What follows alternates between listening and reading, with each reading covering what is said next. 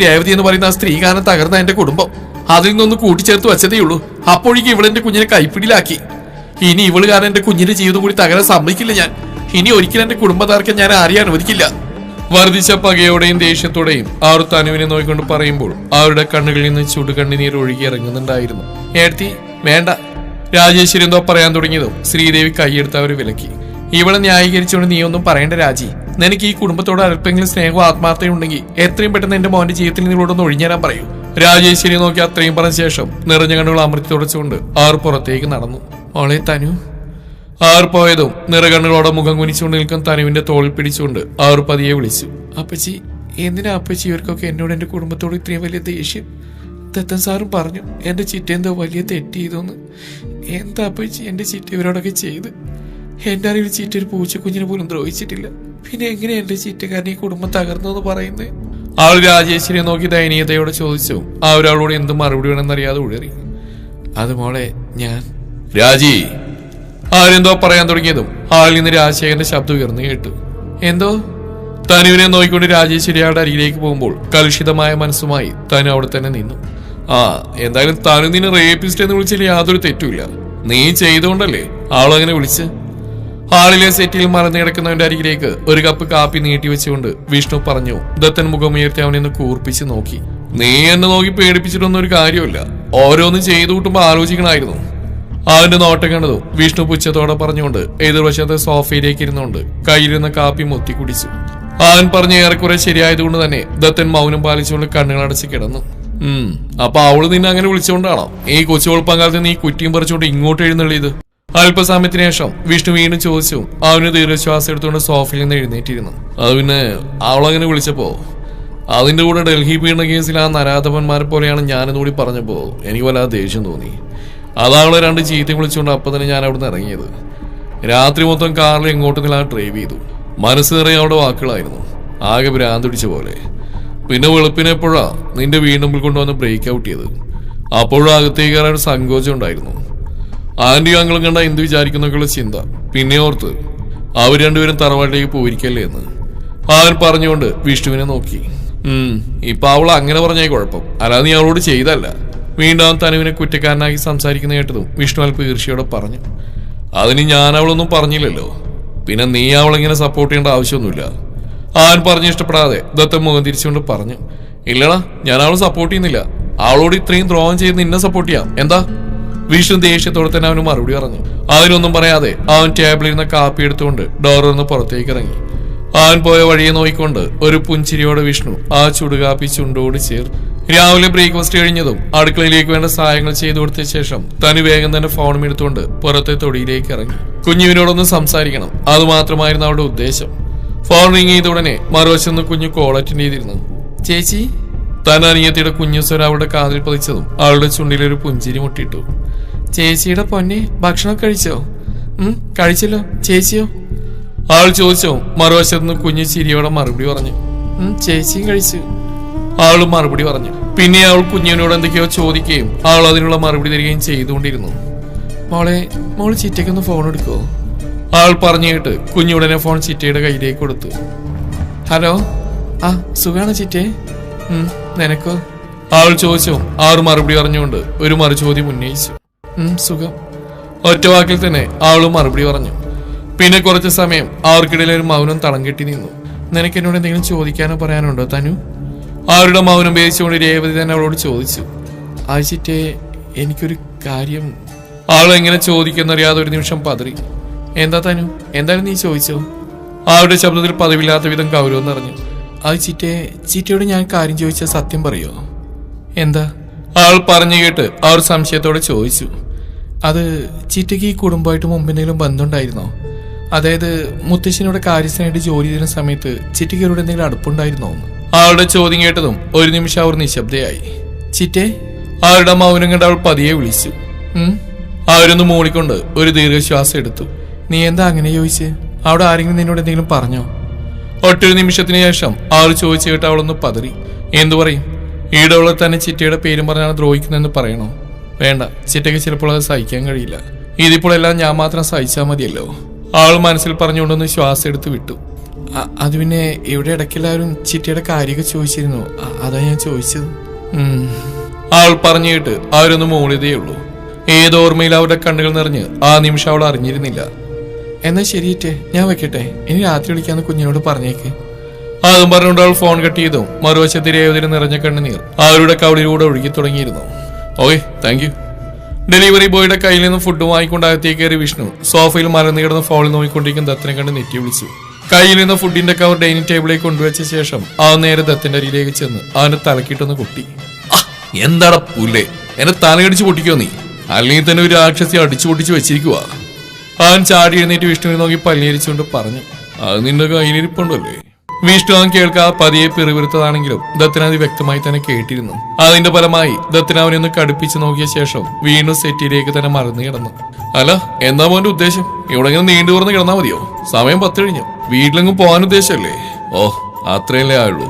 അവൻ പറഞ്ഞു കേട്ട് ദത്തൻ അലസമായി പറഞ്ഞു. ഹലോ, രാവിലെ 10 മണിയല്ല, രാത്രി 10 മണി. കൊച്ചുകൾ പങ്കാളത്ത് നീ ഇവിടെ വന്ന് കയറിയതാ. ഇപ്പൊ തന്നെ നിന്റെ അച്ഛനും അമ്മയും 100 തവണയെങ്കിലും എന്നെ വിളിച്ചിരുന്നു നീ എപ്പ ചെല്ലുന്ന അറിയാനായിട്ട്. അവൻ ദത്തന്റെ അരിയിലേക്ക് ഇരുന്നോട് ചോദിച്ചു. വീട്ടിൽ പോയിട്ട് എന്തിനാ? ആ യക്ഷിയുടെ മുഖം കാണാനോ? അവൻ ദേഷ്യത്തോടെ പറഞ്ഞു കേട്ട് വിഷ്ണു പൊട്ടിച്ചിരിച്ചു. എന്തിനാളെ കോപ്പ കിടന്ന് കിണിക്കുന്നത്? അല്ല, കുറച്ചു നാൾ മുമ്പ് വരെ അവളെ കൊണ്ടുവന്ന് പ്രതികാരം ചെയ്യണമെന്ന് പറഞ്ഞ് നടന്നവനല്ലേ നീ? ഇപ്പൊ നീ തന്നെ അവിടെ മുഖം പോലും കാണാൻ താല്പര്യമില്ലെന്ന് പറയുന്നത് കേട്ടപ്പോ ഒന്ന് ചിരിച്ചു പോയതാ. വിഷ്ണു ചിരി കടിച്ചു പിടിച്ചോണ്ട് പറഞ്ഞു. ദത്തൻ അവൻ നോക്കി പല്ലെറിഞ്ഞു. ചിലക്കാണ്ട് എണീറ്റ് പോടാ. അവൻ വിഷ്ണു നോക്കി ചുണ്ടുകൂട്ടിക്കൊണ്ട് ഡൈനിങ് ടേബിളിനരിയിലേക്ക് നടന്നു. അതെ, എങ്ങോട്ടാ?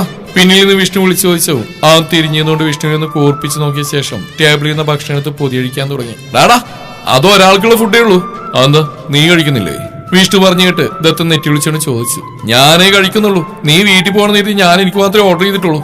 വിഷ്ണു പറഞ്ഞു കേട്ട് ദത്തനവനും തറപ്പിച്ചു നോക്കിയ ശേഷം ടേബിളിൽ നിന്ന് പ്ലേറ്റ് എടുത്ത് അവൻ ഭക്ഷണം അതിലേക്ക് വെച്ചു. ശേഷം തന്നെ നോക്കി അന്തം വിട്ട് നിൽക്കുന്ന വിഷ്ണുവിനെ നോക്കി ഒന്ന് പുച്ഛിച്ചുകൊണ്ട് ചെയറിലേക്ക് ഇരുന്നോണ്ട് ഭക്ഷണം കഴിക്കാൻ തുടങ്ങി. എടാ കോപ്പ, അത് മുഴുവൻ നീ കുത്തിക്കയറ്റി ഇനി ഞാൻ എന്തെടുത്ത് കഴിക്കോടാ? വിഷ്ണു അവന് നേരെ ചീറിക്കൊണ്ട് ചെന്നു. നിന്നോട് ആര് പറഞ്ഞു ഒരാൾക്ക് വേണ്ടി മാത്രം വാങ്ങിക്കാൻ? കയ്യിൽ നിന്ന് ചിക്കൻ കാല് വായിലേക്ക് വെച്ചുകൊണ്ട് ദത്തം പറഞ്ഞു. വിഷ്ണു അവനെ തറപ്പിച്ചു നോക്കി. പന്നം, അത് ഞാൻ അറിഞ്ഞോടാ, നീ അവളെയും പേടിച്ച് ഇവിടെ അടയിരിക്കാൻ പോവാണെന്ന്. വായിൽ വന്നൊരു മുട്ടന്തരി ചുണ്ടിനിടയിട്ട് തന്നെ പറഞ്ഞുകൊണ്ട് അവൻ ദത്തന്റെ നേരെ ചേറി. എന്നാ പിന്നെ പൊന്നുമോനോടെ പട്ടിണി കിടന്നു, അല്ലെങ്കിൽ ഫോൺ എടുത്ത് വേറെ ഓർഡർ ചെയ്തോ? അവൻ പറഞ്ഞുകൊണ്ട് വീണ്ടും കഴിക്കാൻ തുടങ്ങിയതും അവൻ നോക്കി പല്ലടിച്ചുകൊണ്ട് വിഷ്ണു ഫോൺ എടുത്ത് വീണ്ടും ഒന്നുകൂടി ഫുഡ് ഓർഡർ ചെയ്തു. അല്ല, അപ്പൊ നീ ഇന്ന് അങ്ങോട്ട് പോകുന്നില്ലേ? അവൻ ഫുഡ് കഴിച്ചു കഴിഞ്ഞ് എഴുന്നേറ്റ് വന്ന് വിഷ്ണു ചോദിച്ചു. പോണം, കുറച്ചുകൂടി കഴിയട്ടെ, ആ പിശാചൊന്ന് ഉറങ്ങിയിട്ട് പോവാം. ദത്തൻ പറഞ്ഞിട്ട് വിഷ്ണുവിന് ചിരി വന്നു. എന്നാലും എങ്ങനെ നടന്ന ചെക്കനാ, ഇപ്പൊ ഒരു പെണ്ണിനെ പേടിച്ച് വീട്ടിൽ കയറാൻ പറ്റാത്ത അവസ്ഥയായി. വിഷ്ണു ആരോടും നിലാതെ പറഞ്ഞു. അവന്റെ പുറത്തിട്ട് നല്ലൊരു ഇടി വീണു. അമ്മേ, എന്താളാ പുല്ലേ, മനുഷ്യനെ ഇടിച്ച് കൊല്ലൂ നീ? വിഷ്ണു അവന്റെ നേരെ അലറി. ആർക്കാളാത്തേണ്ടി അവളെ പേടി? ഈ മനക്കിലെ ദേവതത്തിന് ഒരുത്തിയെയും പേടിയില്ല. പേടിക്കാൻ പോകുന്ന മൊത്തം അവളാ. അവൾക്കിട്ട് ഞാൻ വെച്ചിട്ടുണ്ട്. ഒരവസരം വരട്ടെ, കാണിച്ചു കൊടുക്കുന്നുണ്ട് ഞാൻ.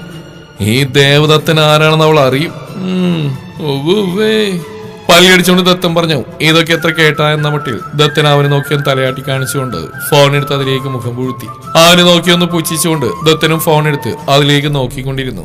ഇതേ സമയം മനസ്സിലെ ചോദ്യങ്ങൾക്കുള്ള ഉത്തരം എത്രയും പെട്ടെന്ന് കണ്ടെത്തണമെന്ന ദൃഢനിശ്ചയത്തോടെ തനുപതി ഉറക്കത്തിലേക്ക് വഴുതി വീണു. അന്നും പാതിരാത്രി കഴിഞ്ഞ നേരത്തെ തന്നെയാണ് ദത്തൻ തിരികെ മനക്കിൽ വന്ന് കയറിയത്.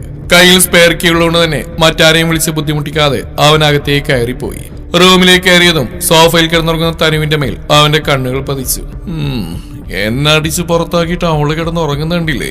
രാക്ഷസി, നിനക്ക് ഈ ദത്തനാരാണെന്ന് ഞാൻ അറിയിച്ചിരുന്നുണ്ടടി കുട്ടിപ്പിശാചേ. അവൻ പല്ലിയരിച്ചുകൊണ്ട് ഉറങ്ങിക്കിടക്കുന്നവരുടെ മുഖത്തേക്ക് നോക്കി പറഞ്ഞു. ശേഷം ഒരു ദീർഘശ്വാസം എടുത്തുകൊണ്ട് വാഷ്റൂമിലേക്ക് കയറി. അപ്പോഴവൻ വന്നൊന്നും അറിയാതെ സുഖനിദ്രയിലായിരുന്നു തനു. കൗസല്യ സുപ്രജ രാമപൂർവ സന്ധ്യാ പ്രവർത്തതേ ഉത്തിഷ്ഠ നരശാർദൂല കർത്തവ്യം ദൈവാംഹികം. തൊട്ടടുത്ത ക്ഷേത്രത്തിൽ പ്രഭാത കീർത്തത്തിന്റെ റെക്കോർഡ് സൗണ്ട് കേട്ടതും തനുപതിയെ മിഴികൾ ചിമ്മി തുറന്നു. കണ്ണുകൾ പതിയെ ക്ലോക്കിലേക്ക് നീണ്ടതും അവൾ ആശ്വാസത്തോടെ നെടുവീർപ്പിട്ടു. സമയം രാവിലെ 5 മണിയായിട്ടേ ഉള്ളൂവെങ്കിലും കഴിഞ്ഞ ദിവസം ശ്രീദേവി പറഞ്ഞ മനസ്സിലുള്ളതുകൊണ്ട് തന്നെ അവൾ പതിയെ സോഫയിൽ നിന്ന് എഴുന്നേറ്റു. പെട്ടെന്നാണ് കട്ടിൽ മൂടി പൊതിച്ച് കിടക്കുന്ന രൂപത്തിൽ അവളുടെ കണ്ണുകൾ പതിഞ്ഞത്. ഇങ്ങനെ വന്നിരുന്നോ? അവൾ നെറ്റി വിളിച്ചുകൊണ്ട് ആലോചിച്ചു. ഓണെന്തിനു മുന്നേ താഴേക്ക് പോവാം, അല്ലെങ്കിൽ ചിലപ്പോ എപ്പോഴാ ബാധ കയറുന്നെന്ന് അറിയാൻ പറ്റില്ല. അവൾ മനസ്സിൽ പറഞ്ഞുകൊണ്ട് കുളിച്ചു മാറാനുള്ള ഡ്രസ്സ് എടുത്തുകൊണ്ട് വാഷ്റൂമിലേക്ക് കയറി. താന് കുളിച്ചിറങ്ങുമ്പോഴും ദത്ത നല്ല ഉറക്കം തന്നെയായിരുന്നു. ആൾ അവനൊന്ന് നോക്കിക്കൊണ്ട് ടവൽ അഴിച്ച് മുടി തുവർത്താൻ തുടങ്ങി. ശേഷം ഇരുവശത്തുനിന്ന് അല്പം എടുത്ത് ഒരു ക്ലച്ചർ ഇട്ടുകൊണ്ട് ആൾ വേഗം താഴേക്ക് നടന്നു. നേരം വിളിക്കാത്തതുകൊണ്ട് തന്നെ പുറത്ത് നല്ല ഇരുട്ടായിരുന്നു. അവൾ സ്റ്റെയറിന്റെ ഭാഗത്തെ ലൈറ്റ് ഇട്ടുകൊണ്ട് പതിയെ താഴേക്ക് ഇറങ്ങി. ആദ്യം തന്നെ അവൾ അടുക്കളയുടെ ഭാഗത്തേക്കാണ് നടന്നത്. പൂജാമുറിയിൽ കയറി വിളക്ക് വെക്കാൻ അവൾക്ക് ആഗ്രഹമുണ്ടായിരുന്നെങ്കിലും വിവാഹം കഴിഞ്ഞതിന്റെ ദിവസം ശ്രീദേവി പറഞ്ഞ വാക്കുകളോർത്തും അവൾ അതിന് മുതിർന്നില്ല. അവൾ വേഗം കിച്ചണിലേക്ക് ചെന്ന് ലൈറ്റ് ഇട്ടു. ശേഷം കട്ടൻ ചായ വെക്കാനായി ഒരു പാത്രമെടുത്ത് അതിൽ വെള്ളമൊഴിച്ച് അടുപ്പിലേക്ക് വെച്ചു. വീട്ടിലായിരുന്നപ്പോൾ അവളുടെ ഒരു ദിവസം തുടങ്ങുന്നത് തന്നെ ഒരു കട്ടൻ ചായയിൽ നിന്നായിരുന്നു. ചായ ഇട്ട് അത് ഗ്ലാസ്സിലേക്ക് പകർന്ന് അവൾ പതിയെ ചുണ്ടോട് ചേർത്തു. ആഹാ, രാവിലെ എഴുന്നേറ്റ് വന്ന് ഒറ്റയ്ക്ക് ചായ വെച്ച് കുടിക്കുകയല്ലേ? പെട്ടെന്ന് പിന്നിൽ നിന്നൊരു ശബ്ദം കേട്ടത് അവൾ തിരിഞ്ഞു നോക്കി. അപ്പച്ചി. അവളൊരു പുഞ്ചിരിയോടെ അവളുടെ അരികിലേക്ക് ചെന്നു. അപ്പച്ചി കട്ടൻ ചായ എടുക്കട്ടെ? ഞാൻ എടുത്തോളാം, മോൾ അത് കുടിക്കേ. അവൾക്ക് മറുപടി അവർ പറഞ്ഞുകൊണ്ട് മറ്റൊരു ഗ്ലാസ് എടുത്ത് ബാക്കിയിരുന്ന കട്ടൻ ഒഴിച്ച് കുടിക്കാൻ തുടങ്ങി. മോള് വീട്ടിലായിരുന്നപ്പോഴും ഇങ്ങനെയായിരുന്നോ? അല്ല, അതിരാവിലെയുള്ള ഈ കട്ടൻ കുടി? അവളുടെ സംശയത്തോടെയുള്ള നോട്ടം കണ്ട ഒരു രാജേശ്വരി പറഞ്ഞു. വീട്ടിലായിരുന്നപ്പോ അതിരാവിലെയുള്ള ഈ കട്ടൻ ചായ കുടി എനിക്കും കുഞ്ഞിനും നിർബന്ധം. പഠിക്കാൻ പോകുന്ന സമയത്ത് രാവിലെ എഴുന്നേറ്റിരുന്ന് പഠിക്കുമായിരുന്നു. അപ്പൊ ഉറക്കം വരാതിരിക്കാൻ വേണ്ടി ചിറ്റ ഉണ്ടാക്കി തരും. പിന്നെ അതൊരു ശീലായി. ആളൊരു പുഞ്ചിരിയോടെ പറഞ്ഞു. അവരൊന്ന് ചിരിച്ചു. ചൂട് കട്ടൻ ചായ ചുണ്ടോട് ചേർത്ത് ഒരിറക്കം കുടിച്ച ശേഷം അവൾ രാജേശ്വരിയുടെ മുഖത്തേക്ക് നോക്കി. അപ്പച്ചി. ആൾ വിളിച്ചു കേട്ടതും എന്തോ ആലോചിച്ചുകൊണ്ടിരുന്ന രാജേശ്വരി തിരിഞ്ഞു നോക്കി. അത് അപ്പച്ചി, ഞാനൊരു കാര്യം ചോദിച്ചു, അപ്പച്ചി സത്യം പറയോ? ഒരു മുഖവര പോലെ അവൾ ചോദിച്ചു. അവരൊന്ന് പുഞ്ചിരിച്ചു.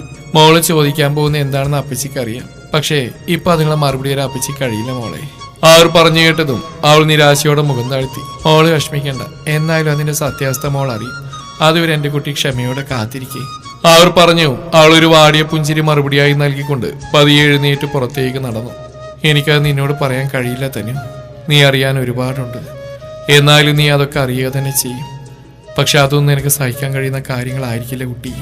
അവൾ പോയ വഴിയെ നോക്കിക്കൊണ്ട് അവർ മനസ്സിൽ പറഞ്ഞു. അപ്പച്ചി.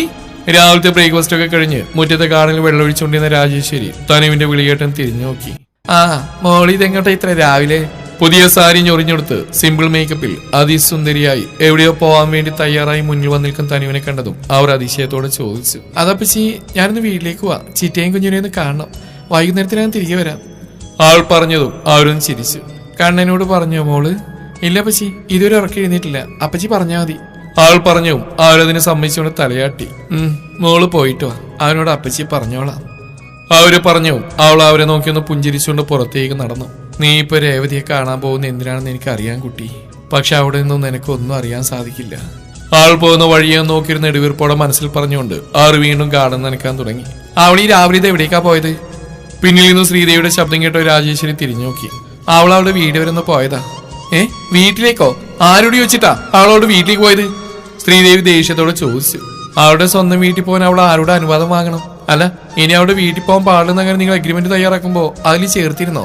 രാജേശ്വരി പുച്ഛത്തോടെ ചോദിച്ചു. ശ്രീദേവി ഒരു നിമിഷം നടുങ്ങിപ്പോയി. തങ്ങൾ മറച്ചു വെച്ച സത്യം രാജേശ്വരി എങ്ങനെ അറിഞ്ഞു എന്ന് അവർ ചിന്തിച്ചു. എന്തായിരുത്തി, ഞാനിതെങ്ങനെ അറിഞ്ഞു എന്ന് ആലോചിക്കുകയാണോ? രാജേശ്വരി ചോദിച്ചു. ശ്രീദേവി അവരെ പകപ്പോടെ നോക്കി. എന്നാലും ഏടത്തി ഒരു സ്ത്രീയല്ലേ? എല്ലാം അറിഞ്ഞു വെച്ചിട്ട് അതിനെ ദ്രോഹിക്കാൻ ഏടത്തിയും കൂട്ടുന്നല്ലോ. കഷ്ടം. അവർ ശ്രീദേവി നോക്കി ദേഷ്യത്തോടെ പറഞ്ഞുകൊണ്ട് അകത്തേക്ക് നടന്നു. അപ്പോഴും അവർ പറഞ്ഞ വാക്കുകളുടെ കാഠിന്യത്തിൽ തറഞ്ഞിരിക്കുകയായിരുന്നു ശ്രീദേവി. അന്നത്തെ ദിവസം ദത്തൻ എഴുന്നേൽക്കുമ്പോൾ 10 മണി കഴിഞ്ഞിരുന്നു. അവൻ കണ്ണുകൾ ചിമ്മി തുറന്നുകൊണ്ട് പതിയെ ബെഡിൽ നിന്ന് നിലത്തേക്ക് ഇറങ്ങി. ഫോൺ എടുത്ത് ടൈം നോക്കിയ ശേഷം അവനൊരു ദീർഘനിശ്വാസം എടുത്തുകൊണ്ട് വാഷ്റൂമിലേക്ക് നടന്നു. ഫ്രഷായി ഇറങ്ങിയതും അവന്റെ കണ്ണുകൾ നേരെ സോഫയിലേക്ക് നീണ്ടു. ഓ നാശം, രാവിലെ തന്നെ എഴുന്നേറ്റ് പോയി. അല്ലെങ്കിൽ അതിന്റെ തിരുമോൻ തന്നെ ഇന്ന് കണിയാണേണ്ടി വന്നേനെ. എന്നാലും എന്റെ മഹാദേവ, ആ വിഷ്ണു പറഞ്ഞ പോലെ അവളെ ഇങ്ങോട്ട് കെട്ടിയെടുത്ത് കൊണ്ടുവന്ന് പ്രതികാരം ചെയ്യുന്ന ഞാനിപ്പോ ആരായി? അവനൊരു നെടുവീർപ്പോടെ താഴേക്ക് ഇറങ്ങി. അമ്മേ, ശ്രീദേവി വിളിച്ചുകൊണ്ട് അവൻ താഴേക്ക് ഇറങ്ങി വരുമ്പോഴാണ് ലിവിംഗ് റൂമിലെ സോഫയിൽ നിന്നുകൊണ്ട് എന്തോ വായിച്ചുകൊണ്ടിരിക്കുന്ന രാജേശ്വരി അവൻ കാണുന്നത്. എന്റെ അപ്പച്ചിക്ക് നിന്നോടല്ലടി, എന്നോട് തന്നെ ആ സ്നേഹം ഞാൻ തെളിയിക്കും, നോയിക്കോ. അവൻ അതും മനസ്സിൽ പറഞ്ഞുകൊണ്ട് അവരുടെ അരിയിലേക്ക് നടന്നു. അപ്പച്ചി, അയ്യോ അമ്മേ! സ്നേഹത്തോടെ വിളിച്ചുകൊണ്ട് അവന്റെ മടിയിലേക്ക് കിടന്നു. ഒരു നിമിഷം അവന്റെ നിലവിളി അവിടെ ഉയർന്നു കേട്ടു. നിലത്തിരുന്നുകൊണ്ട് ദത്ത രാജേശ്വരി ആദ്യം കാണുന്ന പോലെ നോക്കി. എന്താ അവിടെ ഒരു ശബ്ദം കേട്ടത്? പെട്ടെന്ന് ശ്രീദേവി കിച്ചണിൽ നിന്ന് ഓടി വന്നുകൊണ്ട് പറഞ്ഞു. അയ്യോ ദത്ത മോനെ, നിനക്കിത് എന്തു പറ്റി? നീ എന്തിനാണ് നിലത്തെടുക്കുന്നേ? അവരോടി വന്ന് ദത്തനെ പിടിച്ചെഴുന്നേൽപ്പിച്ചുകൊണ്ട് ചോദിച്ചു. അതൊന്നുമില്ല അമ്മേ, ഞാൻ അപ്പച്ചിയുടെ മടിയിലൊന്ന് കിടന്നാ പെട്ടെന്ന് അപ്പച്ചി കാലി മാറ്റി, അങ്ങനെ നിലത്തേക്ക് വീണാ. അവൻ അപ്പച്ചിയുടെ മുഖത്തേക്ക് നോക്കിക്കൊണ്ട് പറഞ്ഞു. അതെന്താ രാജി, നീ കാല് മാറ്റി കളഞ്ഞ്, അതുകൊണ്ടല്ലേ അവൻ വീണത്? ശ്രീദേവി പറഞ്ഞിട്ട് രാജേശ്വരി സോഫയിൽ നിന്ന് പതി എഴുന്നേറ്റു. രാവിലെ മുതൽ എന്താണെന്ന് അറിയില്ല എടുത്തി, കാലിനൊക്കെ ഭയങ്കര വേദനയാ. അതിന്റെ കൂടെ ഇവനിനി മടി കൂടി കിടന്ന വേദന കൂടും. അവരതും പറഞ്ഞുകൊണ്ട് അകത്തേക്ക് നടന്നു. ദത്തൻ അവർ അമ്പരപ്പോടെ നോക്കിയിരുന്നു. കുറച്ചു നാൾ മുമ്പ് വരെ എത്ര വേദനയുണ്ടെങ്കിലും തന്നെ പിടിച്ച് മടിയിൽ കിടത്തുന്ന രാജേശ്വരിയുടെ മുഖം മനസ്സിലേക്ക് ഓടി വന്നു. അവന്റെ കണ്ണുകൾ നിറഞ്ഞു. പതിയെ അവിടെ ദേഷ്യം നിറഞ്ഞു. ഇതിനെല്ലാം കാരണക്കാരിയാ നശിച്ചവളാ. നിന്നെ ആ വെറുതെ വിടിലടി. തനുവിന്റെ മുഖം മനസ്സിലേക്ക് വന്നു. അവൻ പിറുപിറുത്തുകൊണ്ട് പല്ലിറുമി.